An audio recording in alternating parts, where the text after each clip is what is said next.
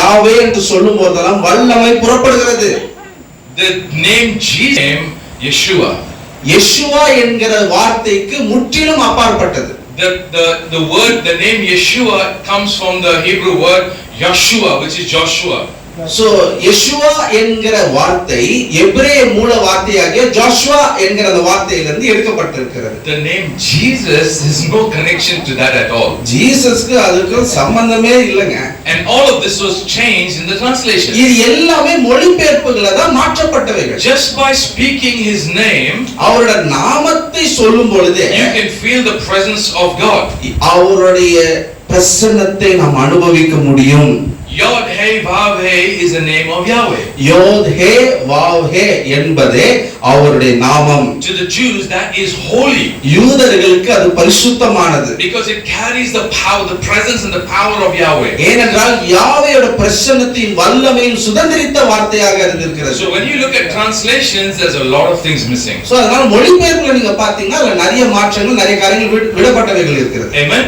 Amen. So when you look at who we are in Christ, so நம்ம கிறிஸ்துவுக்குள் நாம் யார் என்பதை நீங்கள் புரிந்து கொள்ளும் பொழுது, when we come into Christ, we are a new creation. நாம் கிறிஸ்துவுக்குள் நாம் நுழையும் பொழுது நாம் புது சிருஷ்டியாக மறுரூபப்படுகிறோம். There is something that is changed not in our spirit alone but in our bodies. நம்முடைய ஆவியில மட்டும் மாற்றங்கள் அல்ல, நம்முடைய சரீரத்திலும் ஒரு மறுரூபம் ஏற்படுகிறது. So Adam, from being a living being, now becomes a human being. ஆதாம் ஜீவாத்மா என்கிற நிலையிலிருந்து பாவம் செய்தது நிமித்தம் இப்பொழுது மனுஷனாகிறான். And now it goes on through the ages until Jesus Christ. இயேசு கிறிஸ்துவின் காலம் வரைக்கும் அவன் மனிதனாகவே தன்னுடைய வாழ்நாட்களை எல்லாம் கழிக்கிறான். And then it says, if you pastor, what are you saying? You are no longer human. பகல் பா சொல்லுங்க, நீ மனுஷனே இல்ல தெரியுமா? You either believe the word or you believe. வேற ஒரு விஷயம் சொல்றேன். After today, if you continue to say you are a human being, இன்னையிலிருந்து ஏதோ ஒரு சமயத்துல நீங்க ஒரு மனிதர்களாக நீங்க ஒப்பிட்டு நீங்க உங்களை நினைக்கிறீங்கன்னா, you are denying yourself of the power of God that is manifesting in you. தேவனுடைய ஜீவனுக்கு ஏதுவான வல்லமை உங்களில் செயல்பட நீங்கள் நிராகரிக்கிறீர்கள். From a living being, Adam came down to a human being. ஏனென்றால் அவன் ஜீவாத்மாவாக இருந்தவன் மனிதனானான். The generations continued until Jesus Christ. இயேசு கிறிஸ்து வரைக்கும் அந்த தலைமுறைகள் தொடர்கிறது. Now if anyone believes in Christ, he is a new creature. ஒருவன் கிறிஸ்துவுக்குள் இருந்தால் அவன் புது சிருஷ்டியாக இருக்கிறான். பரிசுத்த ஆவியானவர் உங்கள் சரீரத்தில் இருக்கிறார். Do you want to see the change? அந்த மாற்றத்தை நீங்க காண ஆசைப்படுறீங்களா? Or are you saying it won't happen? அது வாய்ப்பில்லை ராஜா அப்படின்னு நம்ம அப்படின்னு கேட்கிற அளவுக்கு அந்த பாட்டியை தேவன் மறுரூபப்படுத்தி. Which king will want an old woman in his harem? எந்த பைத்தியக்கார ராஜாக்குங்க ஒரு கிழவி மேல ஆசை வரும்?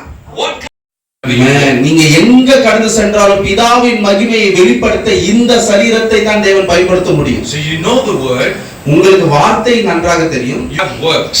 இந்த விசுவாசம் கிரியை செய்ய அனுமதியுங்கள். What kind of works? எப்பேற்பட்ட கிரியைகள்? Start from Christ in the dead dwells in you. That same spirit will restore your body while you are alive. ஆமென். மரித்திருந்த இயேசுவை உயிர்ப்பிக்க எந்த ஆவியானவர் இறங்கினாரோ அதே ஆவியானவர் தான் உங்க சரீரத்தில் வாசமா இருக்கிறார்னா சாவுக்கு ஏதுவான உங்க சரீரமே உயிர்ப்பிப்பார். Amen. Because God is raising up that army. ஏனென்றால் ஒரு மிகப்பெரிய சேனையை கர்த்தர் எழுப்பி கொண்டிருக்கிறார். And you are the prophet over your own life. உங்க வாழ்க்கைக்கான தீர்க்கதரிசி வேற யாருமே இல்ல, நீங்களே தான். So you prophesy to your life. நீங்க உங்க ஜீவனை குறித்து நீங்களே தீர்க்கதரிசனம் முறையுங்கள். Speak over your body.